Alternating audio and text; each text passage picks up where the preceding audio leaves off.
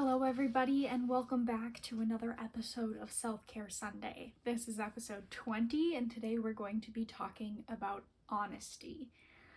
This week was actually supposed to be about helpfulness if we were going in the order that the book that I have uses, but I think that this past week demanded a lot of honesty in my life, and so I decided to switch directions, and we'll come back to helpfulness, but we'll get started here. Like I said before, this is going to be a little bit more my thoughts and less of the book. I have a bunch of sticky notes here that I wrote down. Let's see what we've got. Okay. I am going to read part of the definition out of the book just because I think that's helpful. Being honest is being sincere, open, trustworthy, and truthful. When people are honest, they can be relied on to not lie, cheat, or steal. If they tell you they like you, you know they really mean it, because they would not say anything just to get their way or to make an impression. If someone seems friendly, honesty means they really are friendly just because they want to be friends, not for any hidden reasons. With honesty, you can trust things to be as they appear. Honesty is telling the truth no matter what. It is being truthful even when admitting the truth could make someone disappointed. Honesty means not exaggerating something just to impress others. Being honest means that you don't make false promises. You do what you said you would do. Your actions match your words. This is also called integrity. So, like I said, I had to use a lot of honesty this week, and I don't think that I'm going to go super into depth about the specific reasons that I had to use honesty, but I did learn a lot about it, and it's not always something that's super easy to do, and it seems like we've heard these phrases like honesty is the best policy, and you know, those kind of things growing up, and it's important not to lie, and it's easy enough to say those things, and it seems like they would be easy to do. But there are a lot of cases where we worry about, you know, social expectations, or we worry about hurting someone's feelings if we're going to be honest, and that kind of a thing. And there's also this concept of white lies, right? These little tiny lies that don't really matter in the long run, and it's okay to lie if somebody gets a new shirt and they love it and you don't like it, right? There's this idea that it's okay to say, oh, I love it too, like it looks so good on you, even if it doesn't. And I think that it's really easy to fall into that, when in reality you could just say, I love how confident you look in that, right? Or I love the way that you love that, and that's totally fine too. Or I'm so glad that you are finding a style that feels true to you. Any of those are truthful and honest, and they don't require you to make a white lie. But a lot of times we don't have examples of those phrases, and so we have to just learn based off of what is surrounding us, and a lot of the times those are white lies. So I don't know, I guess it's up to you whether or not you want to use those, but I thought that was interesting as I was thinking about that this week.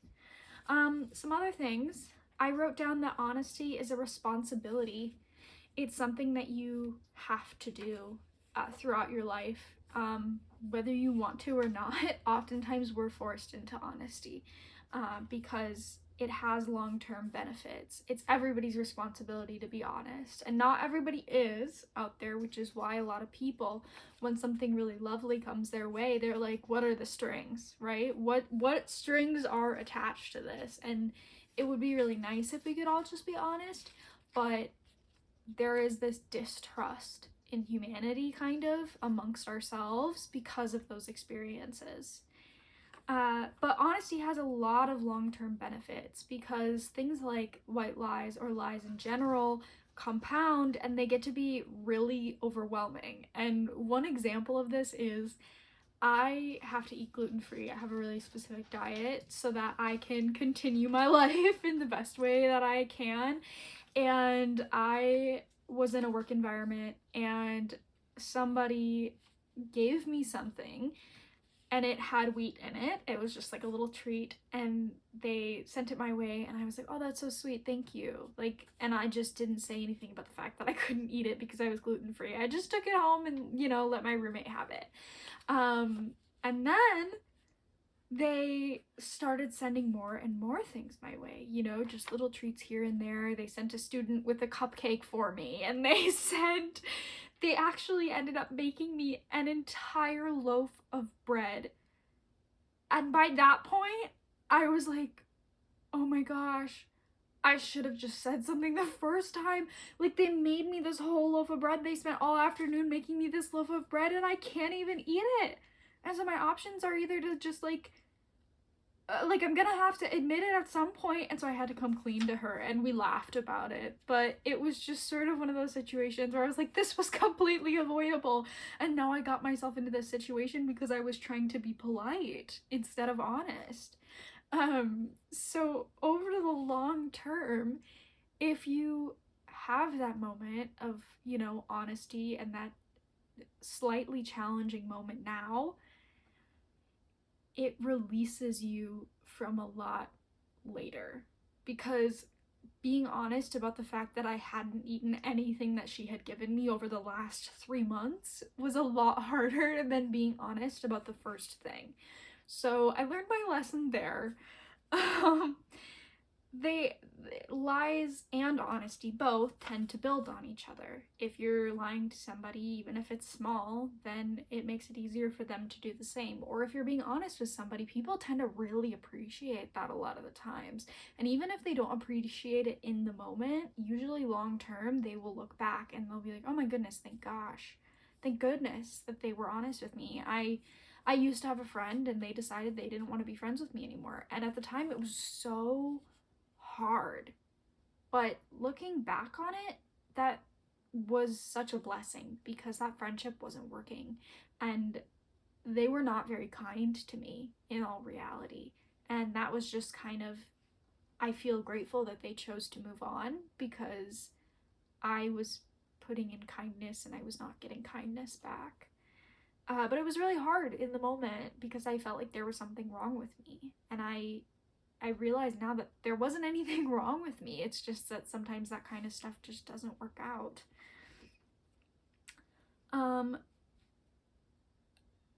Honesty also builds trust.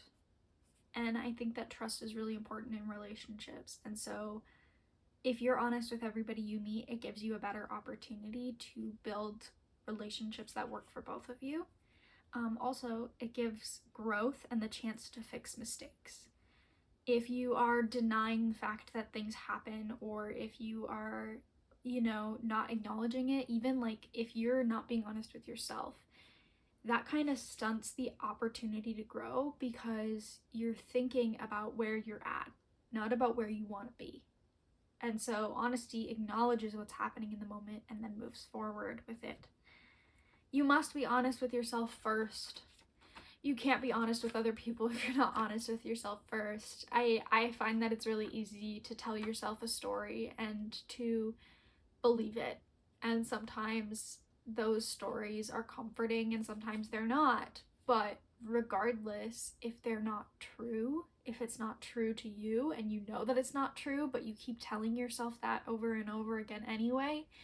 I know in the past I've thought, oh, it's okay, right? Like it's okay that somebody was mean to me because they were just having a bad day. And it didn't feel okay, but the more I told myself that it was okay, the more I started to believe it. And then the next time when they were mean to me, I believed that that was okay too. Like almost that I deserved it. And that's not truth. The truth is that it wasn't okay. And some things just aren't okay. And acknowledging that gives you an opportunity to move forward. Honesty is not always easy. That's another thing I wrote down, which I know I've talked a little bit about this before. And honesty requires tact and kindness. Honesty does not always have to be brutal. I know that sometimes we think of honesty as being kind of blunt, like if you don't like somebody's shirt, you just tell them that you don't like their shirt. But in reality, there's a lot of ways to tell somebody that without being really mean about it, right? You don't have to tell them that in front of an entire group of people when they didn't ask.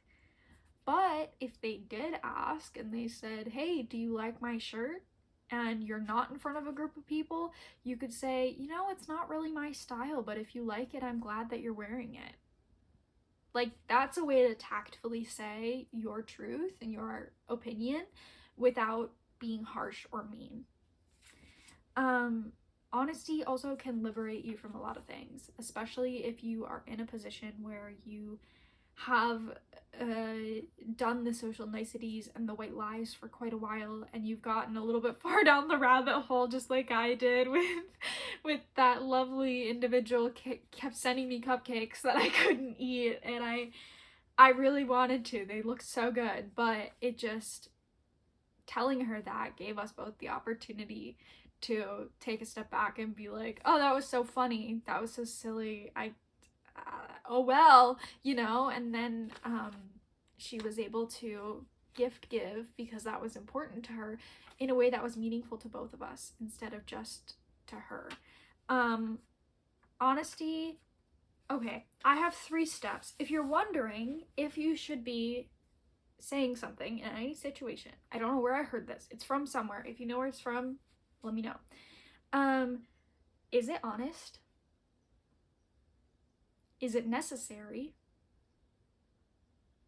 And is it kind?